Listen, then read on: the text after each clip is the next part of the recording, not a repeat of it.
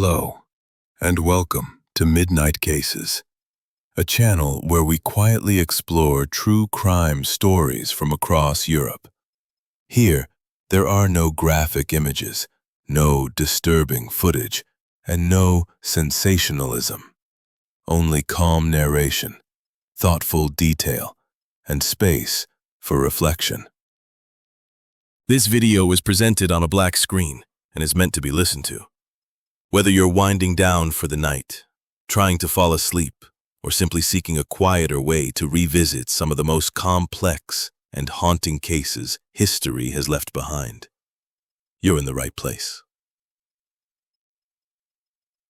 Tonight's story takes us to Slovenia, and it's the story of Silvo Plut, a name that would become synonymous with the most disturbing chapter in Slovenia's criminal history. A man whose actions would span decades, whose crimes would cross international borders, and whose ultimate fate would raise uncomfortable questions about rehabilitation, justice, and the nature of evil itself. Between 1990 and 2006, Plut's reign of terror would claim at least 3 lives, shatter countless others, and ultimately culminate in a final act that would deny his victims the closure they desperately sought. This is not merely a story of murder.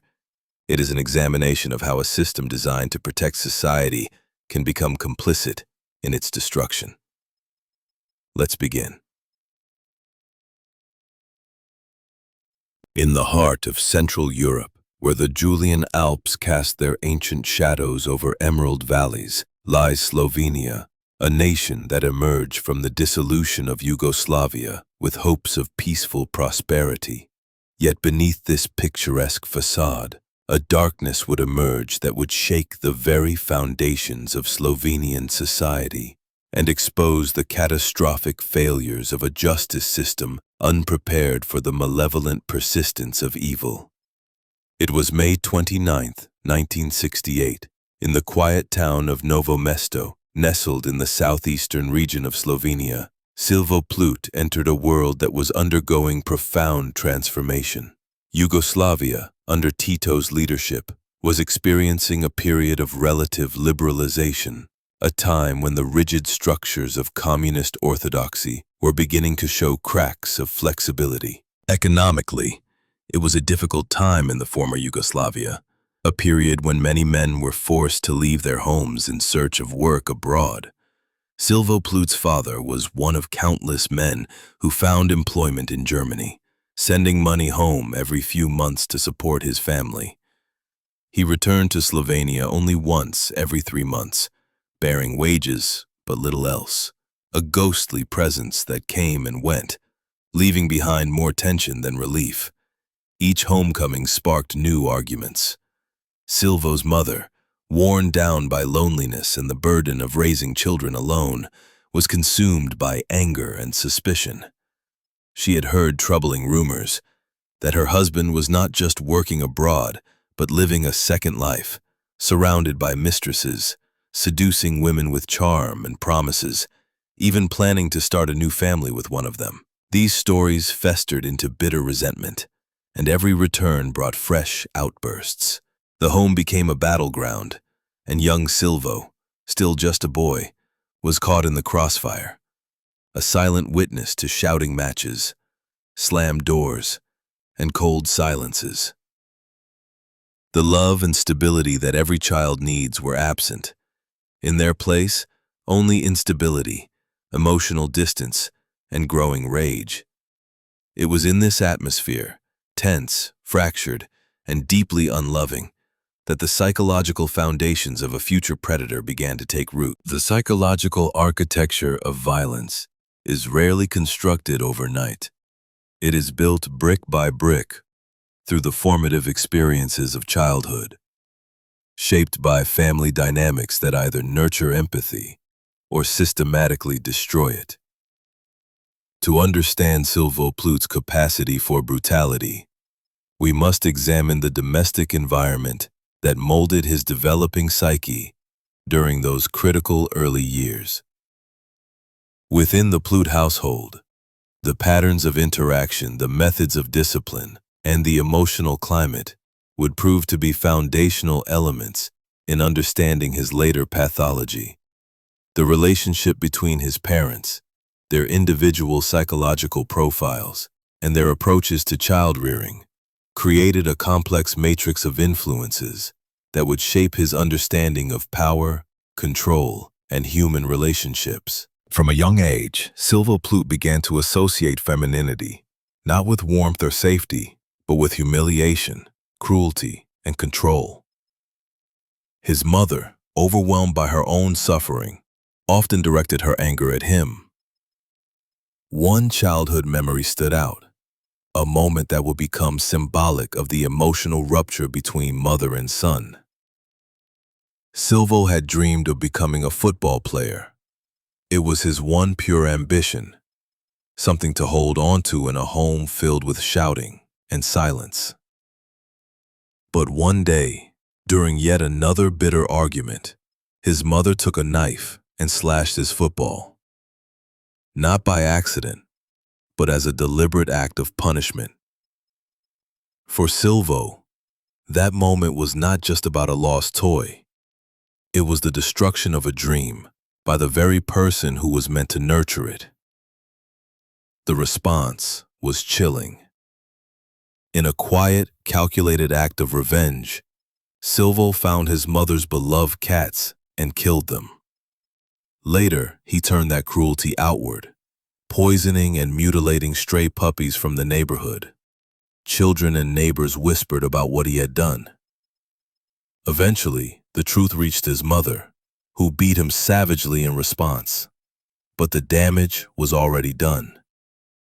Silvo had learned to express pain through domination. His early violence toward animals was not just the behavior of a disturbed child. It was the early signature of someone who had begun to find pleasure in control, especially over the helpless. And it marked the beginning of a deep, festering hatred toward women. A hatred rooted in feelings of betrayal, emasculation, and an unrelenting need to reclaim power by inflicting fear. The family's response to these early warning signs, whether they were recognized, dismissed, or actively enabled, would prove to be crucial factors in understanding how preventable interventions might have altered the trajectory toward violence. As the years passed, Silvo's anger calcified into apathy. He drifted through adolescence like a shadow, unmotivated, disconnected, and already marked by something darker than youthful rebellion.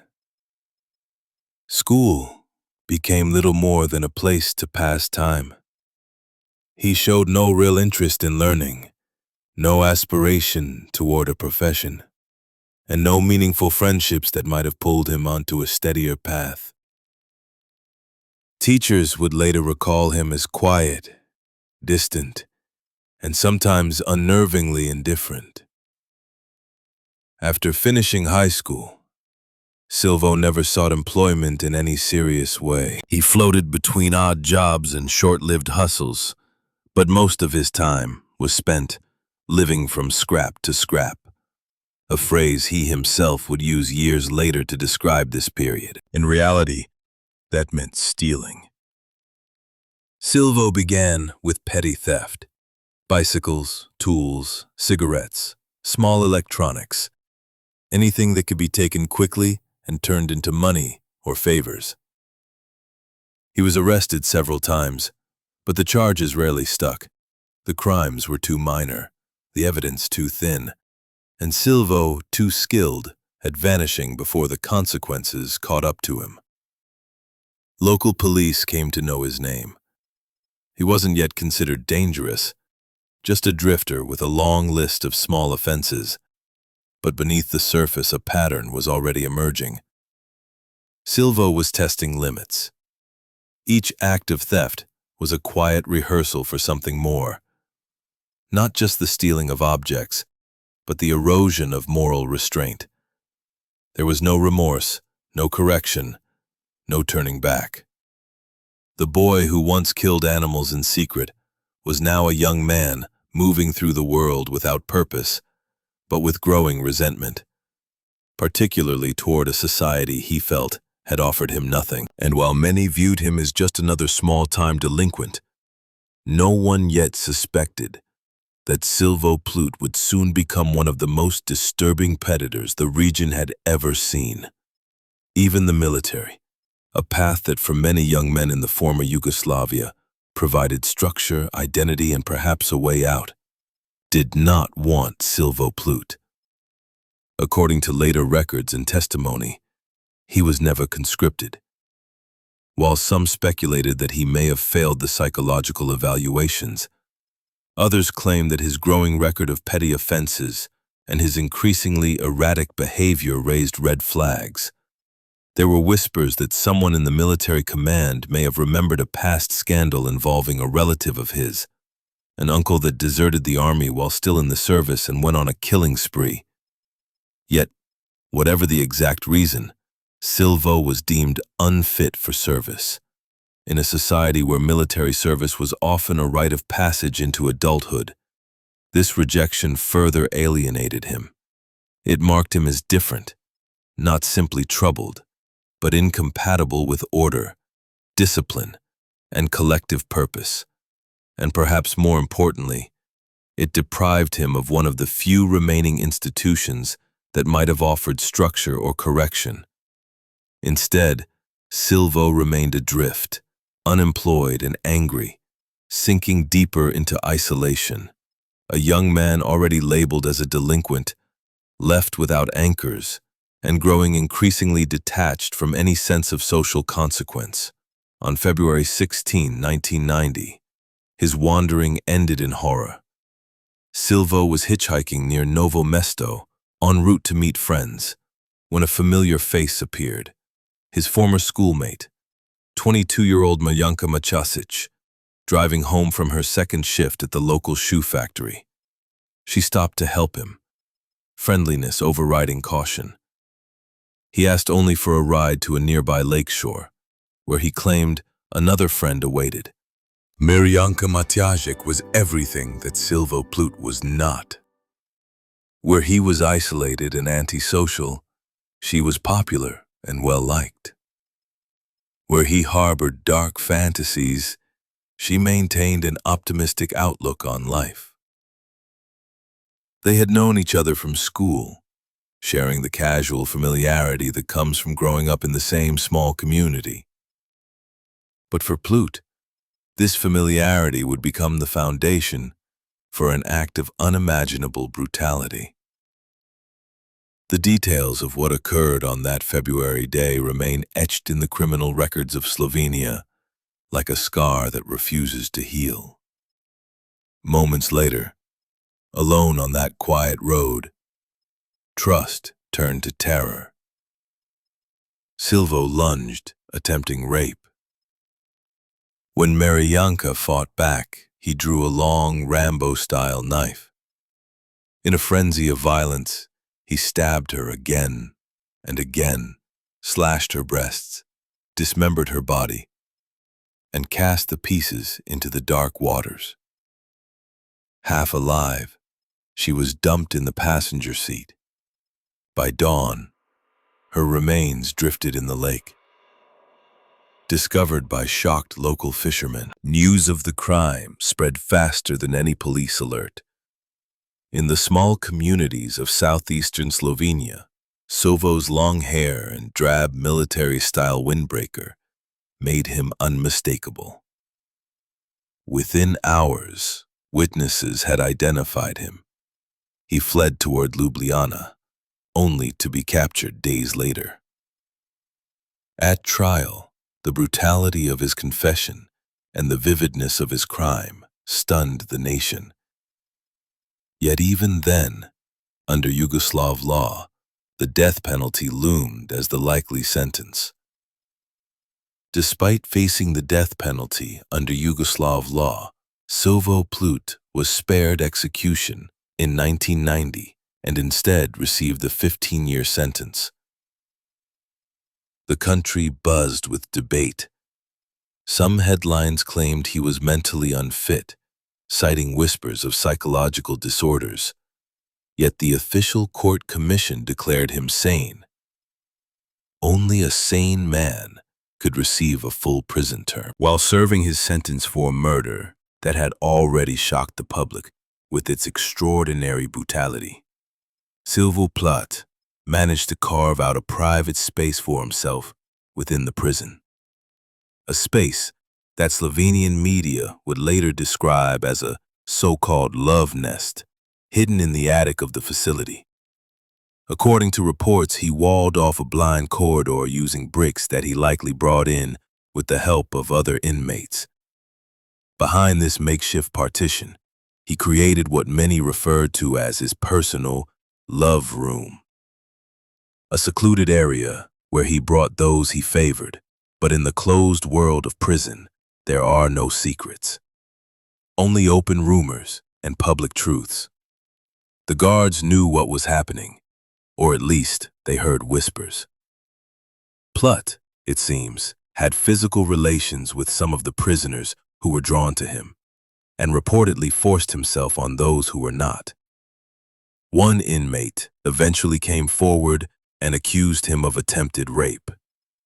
In many justice systems, including Serbia's, attempted rape is treated as a new and independent offense, even if the perpetrator is already incarcerated for another crime. The location does not diminish the severity. It is not considered part of one's existing sentence. Whether the assault takes place inside prison walls or outside, the penalty remains the same, between 3 and 12 years of imprisonment. Just as a second murder would be tried separately from the first, so too would an assault. The prison does not erase responsibility. And yet, despite these allegations, despite this known behavior, Silvo Plut would go on to be labeled a model inmate. At one point, following Slovenia's independence from the former Socialist Federal Republic of Yugoslavia, he received a sentence reduction of nearly 3 years. Official documents cited his exemplary behavior as justification for this early release. It's difficult to comprehend how such a recommendation could be made. How could a prison superintendent sign a proposal for pardon, knowing that the inmate in question had been accused of forcing himself on others?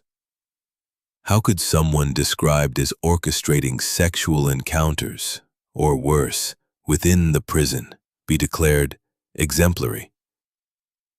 This is the same man who had once dismembered a young woman and dumped her body into a lake. The same man who was now said to be targeting younger, more vulnerable prisoners. And still, he was granted a reduction in sentence. One has to wonder, what exactly defines good behavior in such a setting? Is it silence? Is it obedience? Or perhaps influence? Because in a closed ecosystem like prison, power can look very different. A man like Silvo Plut may have held sway over hundreds of fellow inmates, enough to deliver votes, to support a party, to become politically useful. And maybe that was all that mattered. Maybe the true reason behind his pardon had nothing to do with morality or rehabilitation, and everything to do with convenience and politics. Of course, we can't know for sure. It's only speculation, but when someone like Silvo Plut walks away with nearly 3 years less to serve, it raises questions that even decades later remain disturbingly unanswered. After his early release from prison, an act that still raises questions within the Slovenian public, Silvo Plut did not walk out alone. On that same day, he left in the company of his closest prison roommate. Some speculate that this arrangement was no coincidence, and that Plut may have even orchestrated their joint release, ensuring he would have a trusted accomplice by his side. With no resources and no support, they quickly found themselves in the streets of Ljubljana, without money or shelter. And so, almost immediately, the pair turned to what they knew best: crime. Exactly how many robberies they committed between their release and their first major offense remains unclear. But one act is beyond dispute: an armed robbery of a post office in the heart of Ljubljana. This time it was not a calculated masked operation. Silvo Plut entered unmasked.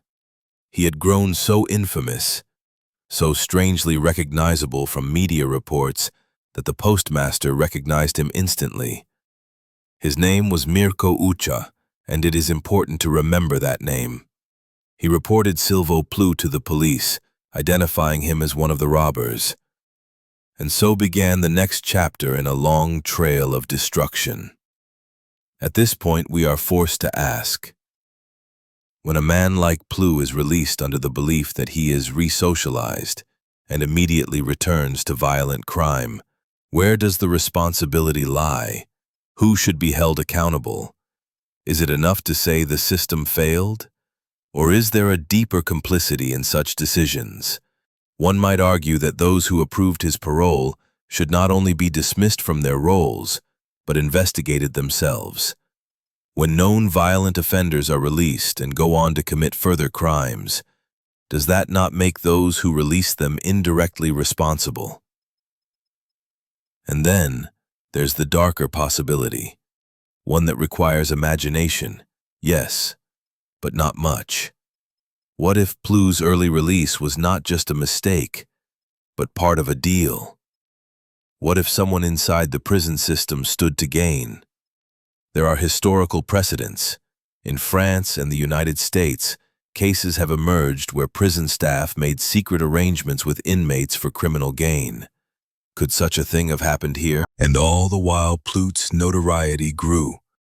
He was no longer just a prisoner, he was a media figure. As disturbing as it sounds, he had a fan base. Slovenian newspapers reported that he regularly received letters from admirers, women living in France, Germany, Italy, and the Balkans. Some called him Kitty. Others expressed love, longing, or obsession.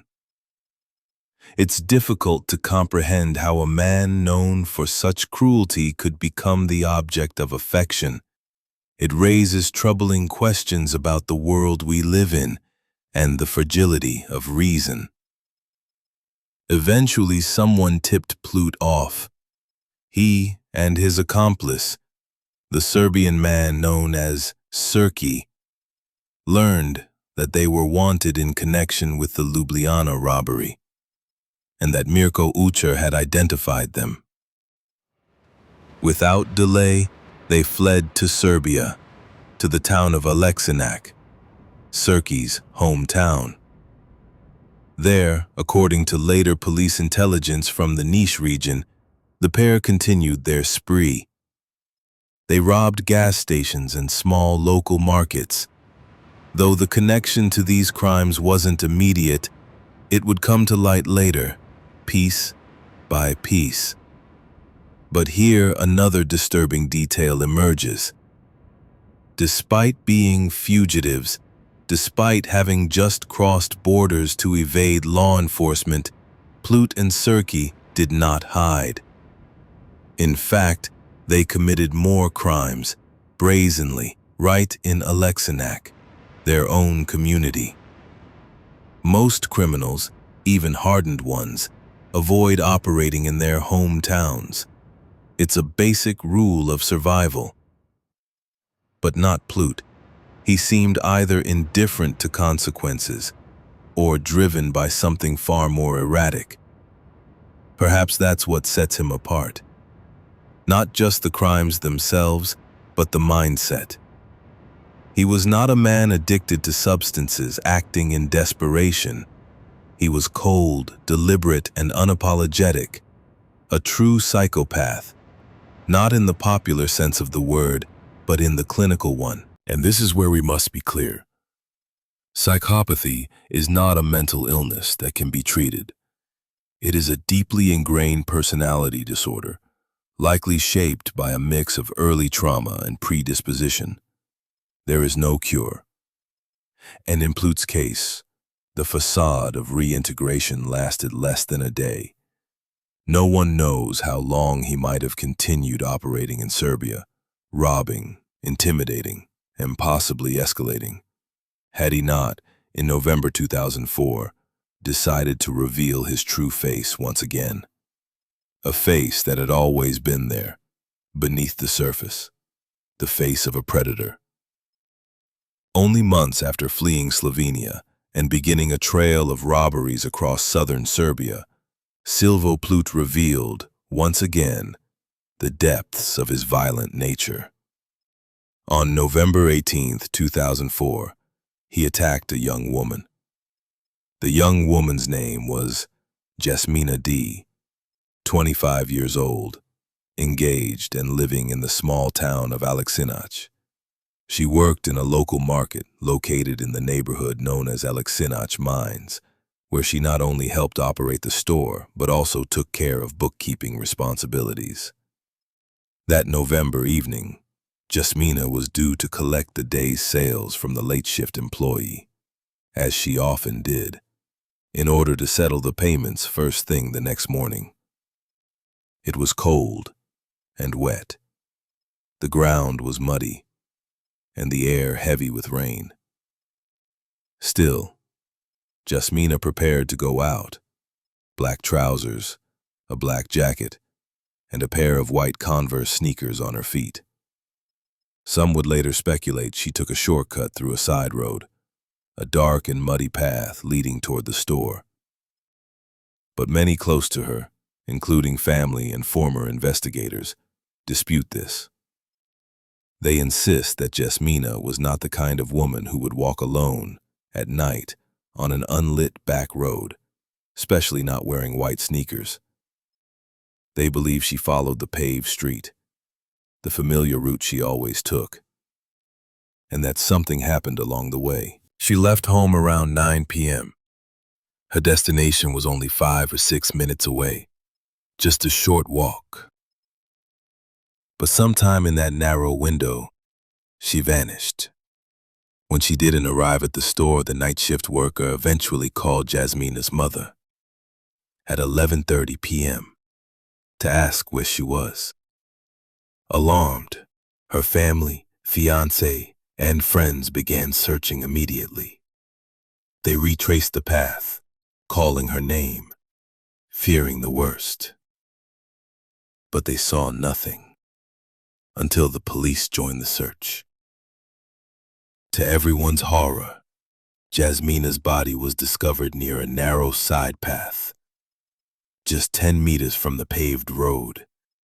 Her clothing had been violently torn away, and what followed was described by seasoned investigators as one of the most horrific crime scenes they had ever encountered. She had been assaulted, mutilated, and left exposed in the mud. A knife had been used not only to end her life, but to leave deep, symbolic wounds. A cross etched onto her chest. Her abdomen and chest were slashed. Human bite marks were visible. Her throat had been cut. She had been, in the words of the former NIS police chief, massacred. These descriptions come not from rumor or speculation, but from the direct testimony of the former police chief in Aleksinac, who was present at the scene that night. The details he later shared with the press leave little room for doubt about the brutality of the crime. One object found at the scene would prove to be a crucial clue: a cap. Investigators believed it belonged to the killer. Inside, strands of hair were discovered. A DNA test was ordered, but when run through the national DNA database, no match was found. And so the investigation dragged on. To make matters worse, some reports from the Serbian press claimed that Jasmina might have been pregnant. If true, this would add another unimaginable layer of cruelty to an already inhuman act. But this information was never officially confirmed. The autopsy, performed at the Institute of Forensic Medicine in NIS, confirmed her identity and manner of death, but made no public mention of a pregnancy. Still, even without this additional horror, what had been done was, in the words of local authorities, beyond comprehension. Jasmina Day was 25. She was engaged to be married. She was hardworking, respected, and well-liked in her community. And yet, she was brutally killed just minutes from her home, on a quiet, familiar path. For the investigators, this was not just a crime. It was an outrage. And now, they had a single mission: to find the person responsible. In the days following the horrifying murder of Jasmina Day, the police in Alexinac were working around the clock, desperate to find the person responsible for such unspeakable cruelty. But before they could fully piece together the crime, a new lead emerged, one that would dramatically shift the direction of the investigation. Shortly after midnight, just days later, a young woman from the same town called the police in a state of panic. Her voice was trembling as she told officers that she had just survived a home invasion. A man had broken into her house, unmasked and armed with an automatic rifle. She described him in detail: young, intense, clearly dangerous. He had ordered her to undress. The intent was clear. But instead of panicking, the woman did something extraordinary. She stayed calm. She spoke to him gently, trying to appeal to whatever fragments of humanity he might still possess. "Would you like a coffee? Some juice?" she asked. "You must be going through something. Why would you want to hurt me? You don't even know me." And remarkably, her words reached him. Instead of carrying out his violent plan, the man began talking. He stayed for 4 agonizing hours. They sat together in that house, talking in hushed tones while she fought to mask her fear. He smoked cigarette after cigarette, drinking coffee, occasionally handling his weapon. At one point, he chambered a bullet, let it fall to the floor, and said, "That bullet was meant for you. Keep it as a souvenir." And then, just like that, he left. For the police, this encounter was a breakthrough. The woman had cigarette butts, a coffee cup, and the bullet casing. All were collected and sent for forensic analysis. Days later, results arrived. The DNA recovered from those items matched the DNA found in the knit cap at Jasmina's crime scene. It was the same man. There was just one problem. That DNA didn't match anyone in the police database. His identity remained a mystery. Still, investigators now knew without doubt that a serial predator was operating in their town. And he wasn't finished. Just 2 weeks later, another attack occurred, this time in broad daylight. A young man named Dejan, known locally as calm, quiet, and completely unconnected to crime, was driving through central Alexinac when he heard a loud impact at the rear of his vehicle. Alarmed, he stopped the car and stepped out, only to discover the entire back door had been riddled with bullets. 18 shots, fired without warning, seemingly at random. Dejan dove to the ground and called the police in terror. Investigators found shell casings at the scene, and when they sent them for testing, the answer stunned them. The same DNA profile was found again. The killer of Jasmina, the home intruder from days earlier, was now opening fire in the middle of the street. Whatever his reasons, Anger, paranoia, or simply a compulsion to harm, he had begun unraveling. And the town of Aleksinac was left on edge, knowing that a killer moved silently among them. Even worse, the psychological impact was growing. Dejan, the young man who survived the shooting, was later diagnosed with diabetes, brought on, doctors said, by the intense trauma of the attack. Still, the police had no name, only a genetic profile and a trail of victims. Then, in a twist as unexpected as it was vital, help arrived from an ordinary citizen. One day, a man walked into the Aleksinac police station. He gave his name and calmly stated that he knew who the police were looking for. He told officers that a man named Silvo Plut had been staying with a neighbor, a man known locally as Serki. The tipster explained that he had once spoken to Silvo about his age, born in 1968, and that something about the man's behavior had always seemed off. Then he revealed something more chilling. He had seen Silvo bury something beneath a quince tree in the yard. Curious, and perhaps suspicious, the man had dug at the site after Silvo left. What he found was not buried food or tools, but an automatic rifle.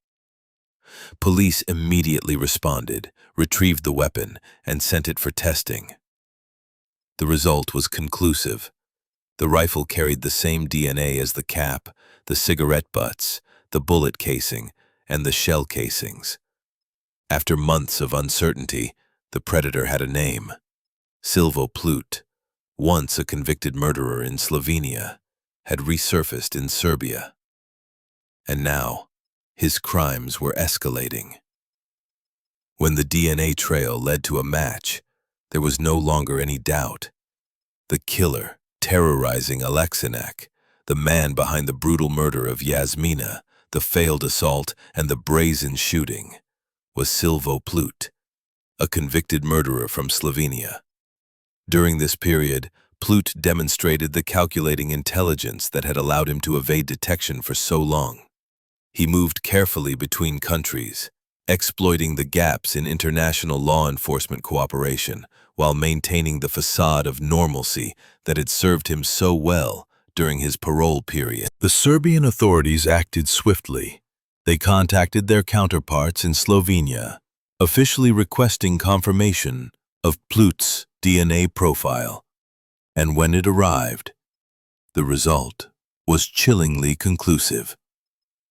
The same DNA had been found on the cap at the crime scene, on the cigarette butts, the shell casings, and the buried rifle. The man they had feared was a local serial predator, turned out to be a fugitive from another country, one with a violent past and a record that should have raised every red flag. Serbia filed a formal request for Plut's extradition, determined to try him for the atrocities he had committed on Serbian soil. They also requested the extradition of another man, Serki, the same individual who had allegedly been harboring Plut and possibly participating in some of his crimes. Along with the request, they sent Serki's full identification, including his social security number, and emphasized his potential as both an accomplice and a dangerous offender. And yet, Slovenia did nothing. Despite the mounting evidence, despite the murders, despite a clear paper trail, for nearly 2 years, Silvo Plut walked freely through the streets of Ljubljana, unnoticed, unbothered, unrestrained. Not only was he not arrested, he was, in the eyes of Slovenian police, a model citizen. Calm, unassuming, quiet. But what horrors might have gone unnoticed during that time? No one truly knows what Silvo Plut did during those 2 years. The man had already shown that he had no limit. He had killed. He had assaulted. He had returned to crime with ease after years in prison. The thought that he spent 2 years at liberty, with no oversight, no surveillance, and no action taken, is difficult to comprehend. And the possibilities are terrifying. Did he kill again? Did he assault foreign tourists, women who passed through Slovenia briefly and were never heard from again? The truth may never be known.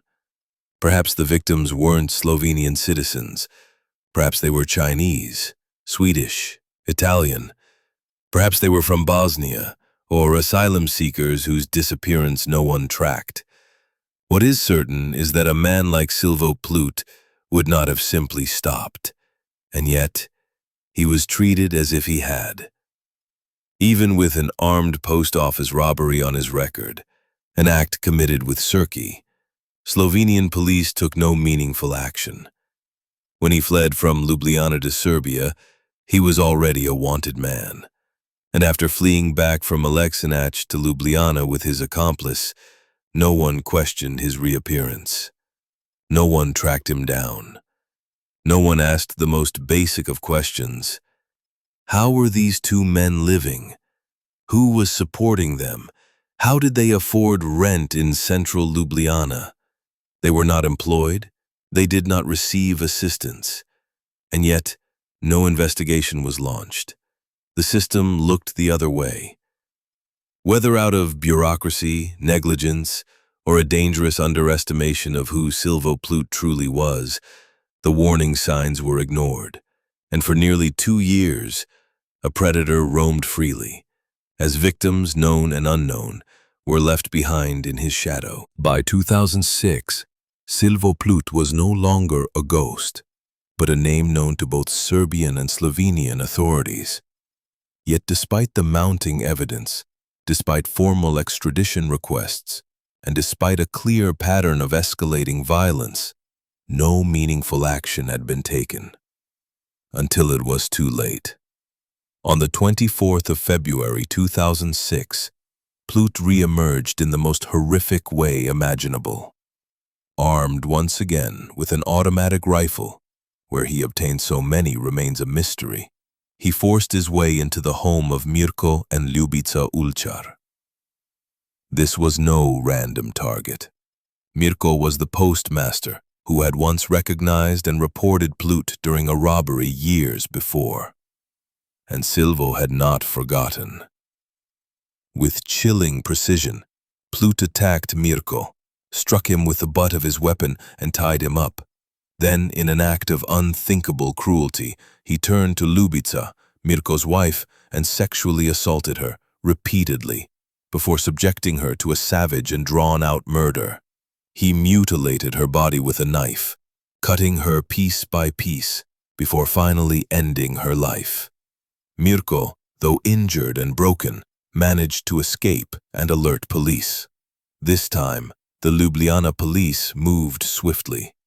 A manhunt began, and within days, Silvo Plut was captured. He was tried and sentenced to 30 years in prison for the rape and murder of Ljubica Ulčar, a sentence that many would later call too light. But the injustice ran deeper. The Serbian judiciary had already requested that Plut be tried for his earlier crimes in Aleksinac, the murder of Jasmina, the failed assault and the shooting. If Slovenia refused to extradite him, they were by international legal standards obligated to try him themselves for those crimes. But no such trial occurred. For nearly 2 years, Slovenia had allowed him to live freely. And now a woman was dead, a crime that could have been prevented. In April 2007, just 1 day before a court in Niš, Serbia sentenced Plut in absentia to 40 years for the crimes committed in Aleksinac. Silvo Plut took his own life in a Slovenian prison. He ingested a large quantity of tranquilizers, ending his life on his own terms, a final act of cowardice. He left behind a farewell letter, but in it there was no remorse, no names of the victims, no confessions to other crimes, just a final request, that his brother claim his body and bury him with a Bible on his chest. But even his family wanted nothing more to do with him. His brother Tone and his father Franci both refused to claim the body. Tone said he had erased Silvo from his memory long ago, ever since Plut had murdered their childhood friend Marianka back in 1990. Their mother, who had died in 1988, never lived to see what her son became. In the end, Plut's body was cremated at the expense of the state. No ceremony, no grave, no one to mourn him. And then there's Serki, the man who had once aided him, perhaps in more than just robbery. After Plut's arrest, Serki vanished without a trace. Some speculate he fled. Others fear he was silenced by Plut himself, his body hidden or destroyed. The truth may never be known. Even in death, Silvo Plut left a wake of questions, grief, and pain. He never explained why he killed Jasmina. He claimed he didn't know her, didn't know where she lived. But that didn't stop him, and that lack of connection, that detached cruelty, is perhaps the most terrifying part. He was sentenced in Serbia to 40 years, though that punishment meant nothing to him, but it meant something to the victims' families and to the justice system that had tried too late to stop him. And so, shame lingers. Shame on those who ignored the warnings. Shame on those who allowed him to remain free. If action had been taken when it should have, Ubica Olchar might still be alive. In the end, Mirko had done the right thing. He had identified Plut. He had trusted the system. And someone, somewhere, had leaked his name.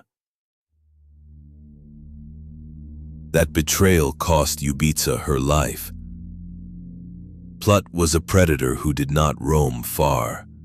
He committed his crimes in the neighborhoods where he lived, targeting people he knew, friends, classmates, neighbors.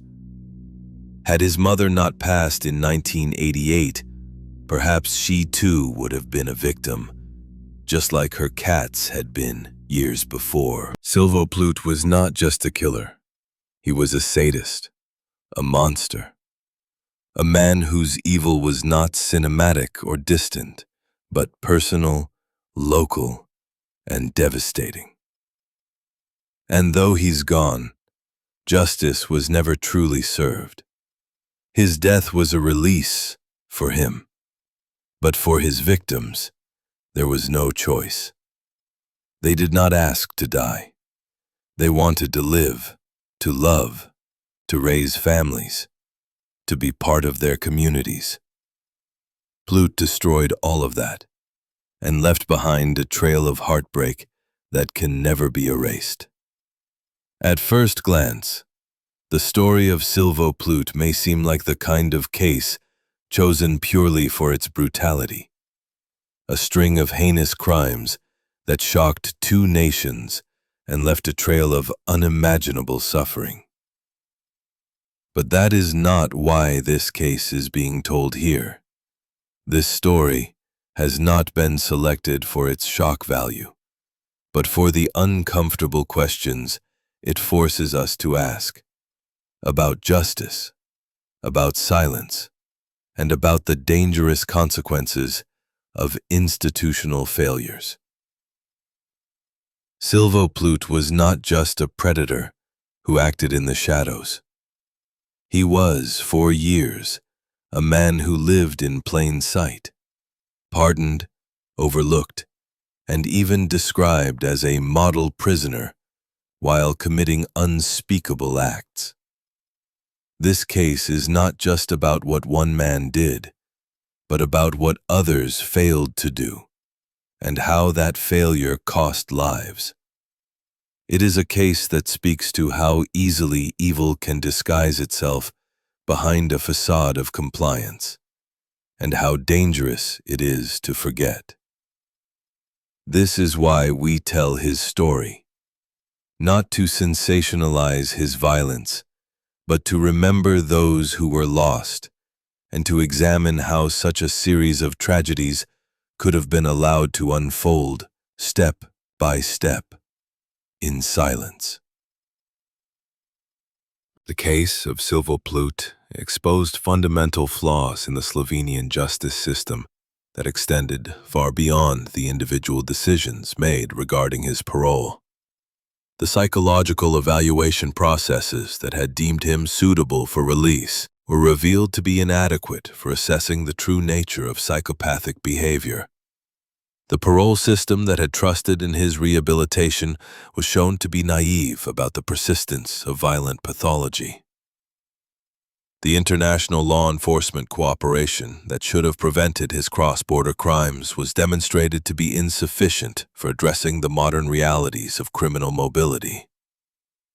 In the aftermath of Plut's death, Slovenia implemented significant reforms to its criminal justice system.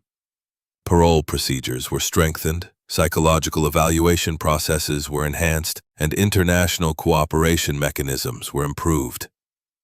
These changes, while important, served as a sobering reminder of the price that had been paid for the lessons learned.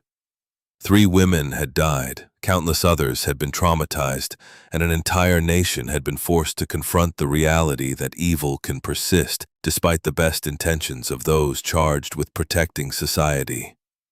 The story of Silvo Plut serves as more than a chronicle of criminal behavior. It is a meditation on the nature of evil, the limits of rehabilitation, and the responsibilities of society to protect its most vulnerable members. It reminds us that behind every statistic about criminal recidivism is a human story of suffering, loss, and the enduring impact of violence on communities and families. Today, in Slovenia and Serbia, the names of Marjanka Matjasic, Jasmina Dosic, and Ljubica Ulchar are remembered not as victims of a serial killer, but as individuals whose lives had meaning beyond the circumstances of their deaths. Their stories serve as reminders of the preciousness of human life and the importance of remaining vigilant against those who would destroy it. The shadow that Silvo Plut cast over Slovenia may have ended with his death, but the lessons learned from his crimes continue to influence how societies approach the challenge of preventing violence while maintaining their commitment to justice and human dignity. In this ongoing struggle, the memory of his victims serves as both warning and inspiration for those who continue to work toward a world where such tragedies become impossible. If you'd like to share your thoughts on this case, feel free to leave a comment. It helps others discover the story too. And if you appreciate this quiet, documentary-style approach to true crime, consider subscribing to Midnight Cases for more stories like this one, told with care and respect. Until next time, stay safe.